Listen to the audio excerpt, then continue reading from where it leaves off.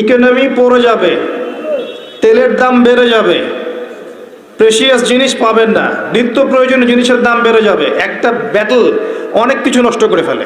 World অ্যাফেয়ার্সে গিয়ে তাকিয়ে দেখেন যে ইন্নাল ইনসানা লাফি খুসর, মানুষ অবশ্যই ক্ষতির মধ্যে আছে। আল্লাহ পাক বলেছেন এই পৃথিবীতে মানুষের ক্ষতি দুই রকম হয়, ইহকালীন এবং পরকালীন। দুনিয়াতে যত করাপশন বা দুর্নীতি, এর মূল কেন্দ্র হচ্ছে মানুষ। প্রতিটা ক্ষেত্রে মানুষ ফিতনা ফাসাদ সৃষ্টি করেছে। আল্লাহ এই কথাটা বলেছেন, যাহারাল ফাসাদু ফিল বাররি ওয়াল বাহরি বিমা কাসাবাত আইদিন নাস। জলে স্থলে যত বিপর্যয় ছড়িয়ে পড়েছে এটা মানুষের হাতের কামাই, মানুষের হাতের কামাই। এমনকি আমরা পরিবেশটাকেও নষ্ট করে ফেলেছি, আবহাওয়াকে নষ্ট করে ফেলেছি, জলবায়ু নষ্ট করে ফেলেছি, পানির স্তর নিচে নামিয়ে দিচ্ছি, অপচয় করেছি। কোনো সেক্টর বাকি রাখি নাই ফাসাদ সৃষ্টি করতে। সামনে একটা বড় ফাসাদ অপেক্ষা করছে, আল্লাহ ভালো জানেন। একটা বড় মালহামা হবে পৃথিবীতে, মহাযুদ্ধ।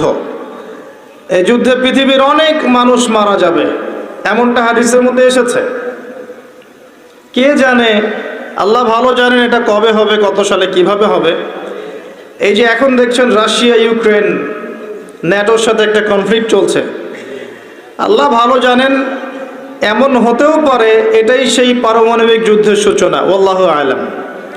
কারণ তারা শুরু করেছিল প্যালেস্টাইনকে কেন্দ্র করে, সেখানে পারে নাই। সিরিয়াকে কেন্দ্র করে চেষ্টা করেছে একটা মহাযুদ্ধ লাগানোর, পারে নাই। সিরিয়াকে কেন্দ্র করে প্রায় হয়েই গিয়েছিল, এখানে অনেকগুলো দেশ ইনভলভ হয়ে গিয়েছিল, কিন্তু নিউক্লিয়ার যুদ্ধ পর্যন্ত যায়নি। কিছু মানুষ চাচ্ছে, একটা সভ্যতা চাচ্ছে যে পৃথিবীতে একটা মহাযুদ্ধ ঘটুক, এর ফলে পৃথিবীর ম্যাক্সিমাম মানুষ যেন মারা যায়, পরাশক্তিগুলো দমন হয়ে যায়, সে নতুন করে রাইজ করবে, সেই অপেক্ষায় বসে আছে। এবং তার নাম কি সেটা আপনারা আমার চেয়ে ভালো জানেন। প্রথম বিশ্বযুদ্ধের পরে একটা কান্ট্রি বিশ্বের রুলিং স্টেট হয়েছে, দ্বিতীয় বিশ্বযুদ্ধের পর আরেকটা কান্ট্রি বিশ্বের রুলিং স্টেট হয়েছে। এখন অন্য কোনো রাষ্ট্রকে যদি পৃথিবীর শাসন রাষ্ট্র হিসেবে আত্মপ্রকাশ করতে হয়, তাহলে বিশ্বে আরেকটা বড় যুদ্ধের দরকার আছে। জ্ঞানী মানুষ ইশারা বুঝবেন, তারা এই চেষ্টাই করছে। এভাবে বিশ্বের পরাশক্তিগুলোকে তারা লড়িয়ে দেওয়ার চেষ্টা করছে, এবং পিছন থেকে তারা দাবার গুটি চালছে, তারা সামনে আসবে না। এগুলো তারা বুঝবে যাদের দু চোখ আছে, খিদর আলাইহিস সালামের মতো। তারা বুঝবে না, লাহুম কুলুবুন লা ইয়াফকাহুনা বিহা ওয়া লাহুম আযানুন লা ইয়াসমাউনা বিহা ওয়া লাহুম আ'য়ুনুন লা ইউবসিরুনা বিহা উলাইকা কাল আনআম বাল হুম আদাল। এই শ্রেণীর মানুষ এগুলো বুঝবে না। তো পৃথিবীর প্রতিটা ক্ষেত্রে ফাসাদ মানুষ সৃষ্টি করেছে, আর মানুষের জন্য এই পৃথিবীর ক্ষতি অপেক্ষা করছে, পরকালীন ক্ষতি অপেক্ষা করছে। মানুষ বুঝতে পারছে না যে এর ফলে কি হতে পারে।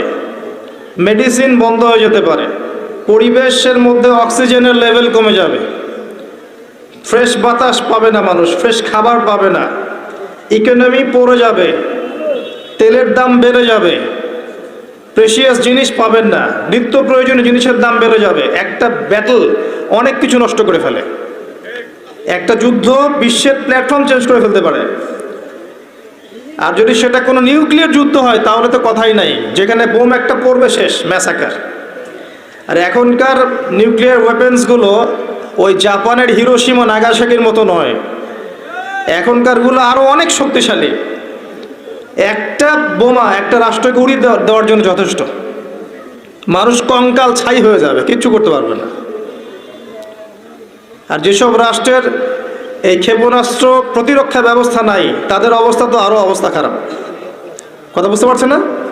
ক্ষেপণাস্ত্র প্রতিরক্ষা ব্যবস্থা থাকে, কেউ যদি মিসাইল ছোড়ে সেটাকে আকাশেই ধ্বংস করা যায়। সেই প্রতিরক্ষা ব্যবস্থা যাদের নাই, তাদের কি অবস্থা হবে চিন্তা করতে পারে। এই মালহামায় মুসলিমরাও জড়িয়ে যাবে, কারণ বিশ্ব এখন একটা, যেটা আমরা বলি যে গ্রামের মতো, ভিলেজ, একটা ওয়ার্ল্ড ভিলেজ, বিশ্ব একটা গ্রামের মতো হয়ে গেছে এখন। একদিকে ঢিল পড়লে আর একদিকে এর প্রভাব পড়বে। তাই পুরো বিশ্ব একটা পরিবারের মতো হয়ে গেছে। একদিকে সমস্যা সৃষ্টি হলে সমস্ত বিষয়ের দিকে ইফেক্ট হবে, প্রত্যেকটা রাষ্ট্র ইফেক্টেড হবে। তো কেউই আমরা ক্ষতি থেকে মুক্ত নই, না দুনিয়ার ক্ষতি না পরকালে। আর পরকালের ক্ষতি তো আপনারা আমার চেয়ে ভালো জানেন। মানুষের জন্য অপেক্ষা করছে পরকালের সওয়াল জবাব, কবরের আযাব, মিজান, পুলসিরাত, জান্নাত, জাহান্নাম। ইন্নাল ইনসানা লাফি খুসর। তারপরেও মনে হয় আমাদের চালচলন দেখলে যে ক্ষতি আমাদেরকে স্পর্শ করবে না। আমাদের ব্যাপারটা একটা এমন যে আরে অন্যদিকে কি হয় হোক, আমি তো ভালো আছি। যখন সব কিছু নষ্ট হয়ে যায় তখন নিজেও ভালো থাকা যায় না। থাকা যায়? যখন সব কিছু নষ্ট হয়ে যায় তখন নিজেও আর ভালো থাকা যায় না। তো আমাদের ভাগ্যেও ক্ষতি অপেক্ষা করছে, এটা সময়ের ব্যাপার মাত্র।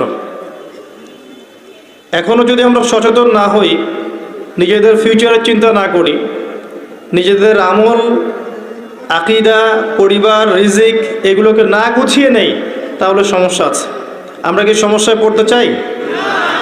আল্লাহ পাক আমাদের সবার আকীদাকে পরিশুদ্ধ করুন, আমিন। বেশি থেকে বেশি নেক আমল করার তৌফিক দান করুন, আমিন। আমাদের পরিবারগুলোকে আল্লাহ পাক জান্নাতি পরিবার রূপে কবুল করে নিন, আমিন। সবাইকে আল্লাহ পাক হালাল রিজিকের ব্যবস্থা করে দিন। দ্বীন ইসলামকে প্রতিষ্ঠা করার তৌফিক আল্লাহ পাক আমাদেরকে দান করুন।